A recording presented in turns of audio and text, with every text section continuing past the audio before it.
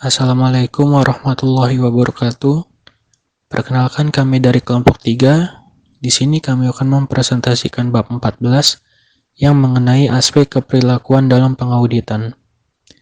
Kelompok kami beranggotakan Danutio Wijaya, M. Tondi Marta, Jovi Ostana Manggara, Evi Nurhajijah, Jihan Putri Kusuma, Kezia Julia Putri Tiora, dan Kevin Valeri. Baik, selanjutnya langsung saja kita mulai presentasinya.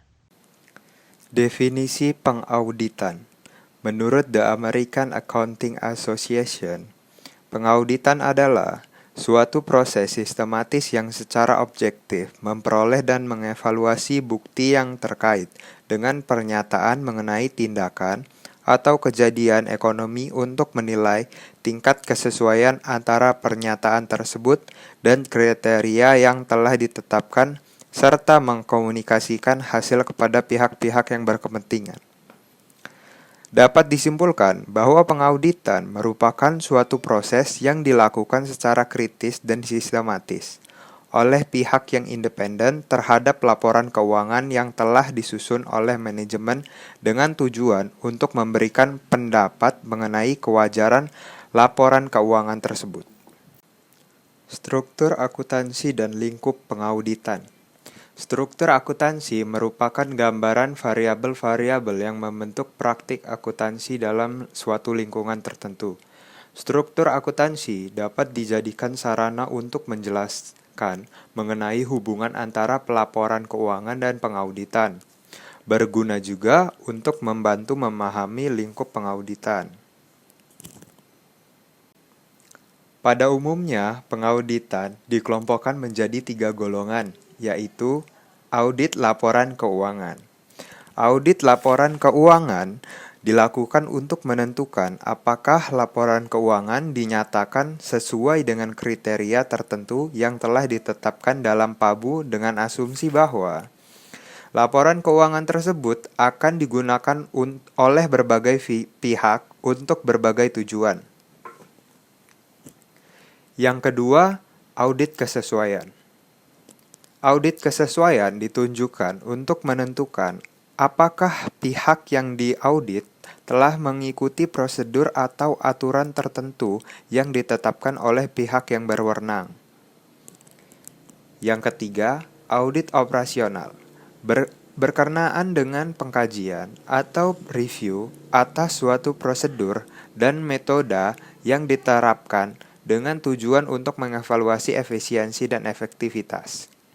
Struktur akuntansi menjelaskan bahwa laporan keuangan memiliki asumsi yaitu unit usaha berkedudukan terpisah dari pemiliknya, sehingga menimbulkan suatu pertanggungjawaban dalam bentuk laporan keuangan.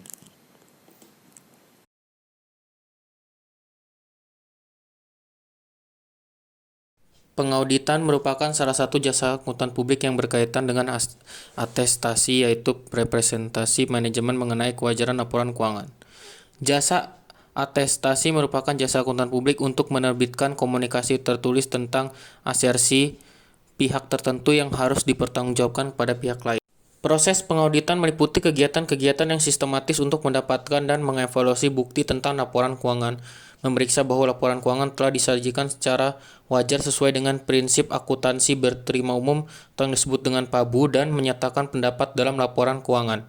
Kegiatan-kegiatan terkait fungsi pengauditan tersebut pada dasarnya banyak melibatkan unsur judgement.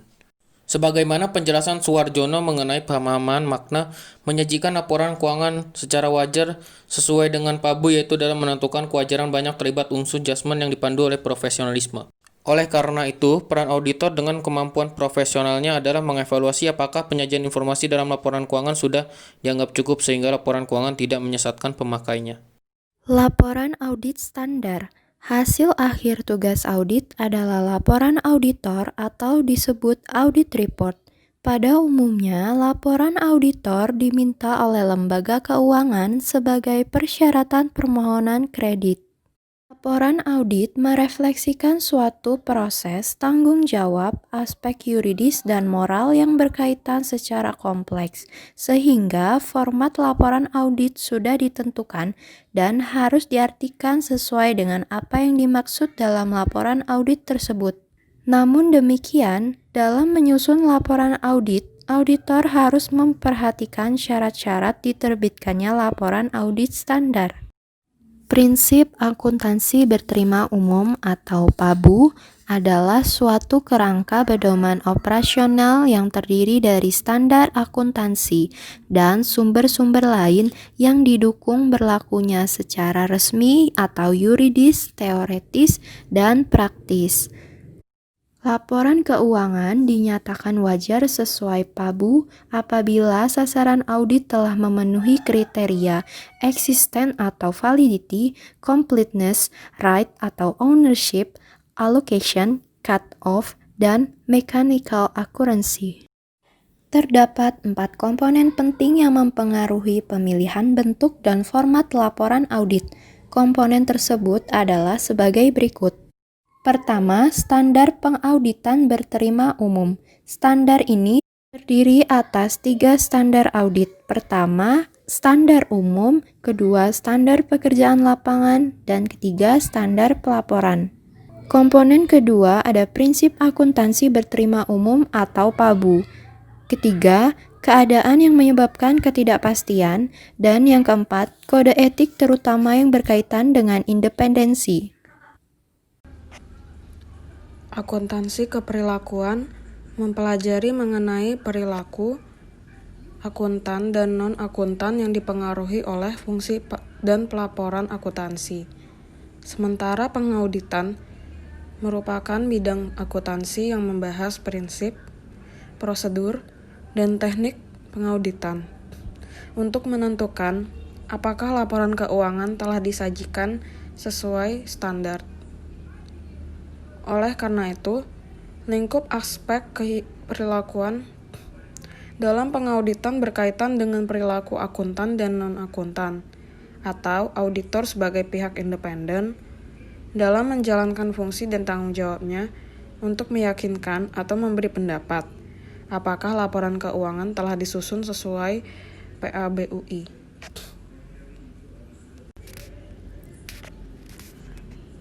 Lingkup aspek keperilakuan dalam pengauditan dapat meliputi perilaku akuntan dan non-akuntan terkait dengan fungsi pengauditan, yaitu memberikan pendapat mengenai kewajaran laporan keuangan. Fungsi pengauditan tersebut meliputi aktivitas proses, pengambilan keputusan, dan aktivitas auditor dalam mempertimbangkan sesuatu sebelum pengambilan keputusan. Dengan demikian, perilaku auditor independen dalam membuat judgement dan keputusan perlu mempertimbangkan banyak faktor dan data pendukung. Sebagai contoh pentingnya judgement auditor ketika auditor dihadapkan kepada kompleksitas tugas yang menuntut peran profesional sehingga pengaruh perbedaan pengetahuan auditor terhadap pengambilan keputusan menjadi sangat penting. Dan masih banyak lagi contoh fenomena yang memerlukan judgement auditor dalam aspek keperilakuan dengan pengauditan. Dalam gambar 14.1, hubungan akuntansi keperilakuan dengan pengauditan. Kita lihat bahwa prinsip akuntansi berterima umum Indonesia termasuk standar akuntansi keuangan melibatkan akuntansi keperilakuan dalam pengambilan keputusan atau bisa kita sebut dengan judgment decision making, yang mana sudah dijelaskan dalam poin 14.5 dalam laporan audit standar atau bisa kita lihat dalam laporan audit report. Pada umumnya laporan audit diminta oleh lembaga keuangan sebagai syarat permohonan kredit. Perusahaan yang ingin menjual saham kepada umum diminta untuk menyerahkan laporan keuangan yang sudah diaudit atau dalam yang sudah melewati proses pengauditan oleh pihak independen yang bisa disebut dengan laporan keuangan audit atau audit financial statements. Lalu, dengan demikian, perilaku auditor independen dalam membuat judgement atau keputusan perlu mempertimbangkan banyak faktor dan data pendukung. Sebagai tambahan, bisa kita lihat dalam pertimbangan dan pengambilan keputusan dalam pengauditan tentu melibatkan aktivitas pertimbangan, yang mana aktivitas pertimbangan tersebut memiliki hasil penilaian. Dalam aktivitas pertimbangan menetapkan materialitas, hasil penilaian yang dapat kita tarik dari aktivitas tersebut adalah materialitas akuntansi, materialitas audit, dan resiko bisnis.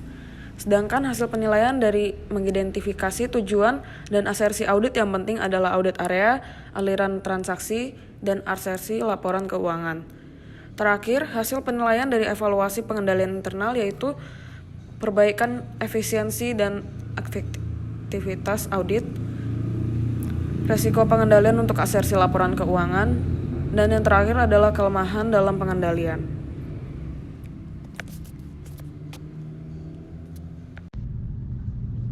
Relevansi penelitian pengauditan di BAR. Penelitian aspek keperilakuan banyak berkaitan dengan bidang pengauditan, seperti studi yang dilakukan oleh berikut ini.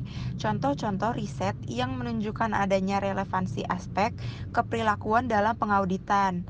A. Mengaitkan pengauditan dengan judgment and keputusan auditor dalam meningkatkan pengembangan kognitif. B. Memfokuskan pada proses pengauditan oleh pihak independen terhadap suatu asersi manajemen dengan menggunakan judgement dan bukti-bukti yang mendukung. C. Menghubungkan tipe-tipe perilaku yang dihadapi auditor, yaitu auditor dipengaruhi persepsi mereka terhadap lingkungan audit. Sebagai contoh, dalam penilaian pengendalian intern, perusahaan besar dianggap memiliki pengendalian intern yang lebih memadai daripada perusahaan kecil. Auditor harus menyelaraskan dan bersinergi dalam pekerjaan mereka, karena audit adalah pekerjaan kelompok yang memerlukan proses review. D. Judgment dan pengambilan keputusan pengauditan terkait konsep materialitas. Aktivitas judgment terkait konsep materialitas meliputi hasil penilaian dalam menetapkan materialitas akuntansi, materialitas audit resiko bisnis, mengidentifikasi tujuan dan asersi audit yang penting, audit area aliran, transaksi asersi laporan keuangan. E. Judgment dan pengambilan keputusan pengauditan terkait dengan strategi pengauditan. Topik-topik strategi pengauditan meliputi pengembangan strategi pengauditan, pengujian terhadap pengendalian pengauditan yang berbeda, penekanan terhadap keseimbangan atau aliran transaksi, memilih kombinasi prosedur audit spesifik yang tepat, dan menentukan ruang lingkup dan waktu aplikasi, memilih dan mengevaluasi prosedur review analisis. F. Judgment dan pengambilan keputusan pengauditan terkait dengan evaluasi hasil-hasil pengauditan. Hasil-hasil pengauditan meliputi aktivitas evaluasi, penilaian hasil pengauditan, kesimpulan terhadap prosedur audit spesifik terkait dengan tujuan dan hasil yang diperoleh, menentukan status going concern, mengaplikasikan standar audit yang berterima umum, identifikasi terhadap arah standar audit, dan yang terakhir ada kecerdasan emosi auditor, yaitu mengenali emosi diri, mengelola emosi, memotivasi diri, mengenali emosi orang lain, dan membina hubungan dengan orang lain. Contoh-contoh penelitian keperilakuan dalam pengauditan. Penelitian Cohen et al. Pada tahun 1995 menguji tentang perbedaan persepsi auditor di berbagai negara mengenai kode etik profesi auditor. Dengan menggunakan survei pada akuntan senior sebuah kantor akuntan multinasional yang berlokasi di Amerika Latin, Jepang, dan Amerika Serikat, hasilnya mengindikasi bahwa terdapat pola perbedaan yang konsisten di antara tiga negara. Ini menandakan bahwa nilai yang menerima otoritas tinggi dan kelompok sosial lebih mendorong adanya standar etika yang tinggi. Penelitian menurut Anderson et al. Pada tahun 1997 menguji terkait keefektifan dua metode pengurang biasan untuk mengurangi biaya hindsight dengan menggunakan hakim yang terlatih secara potensial.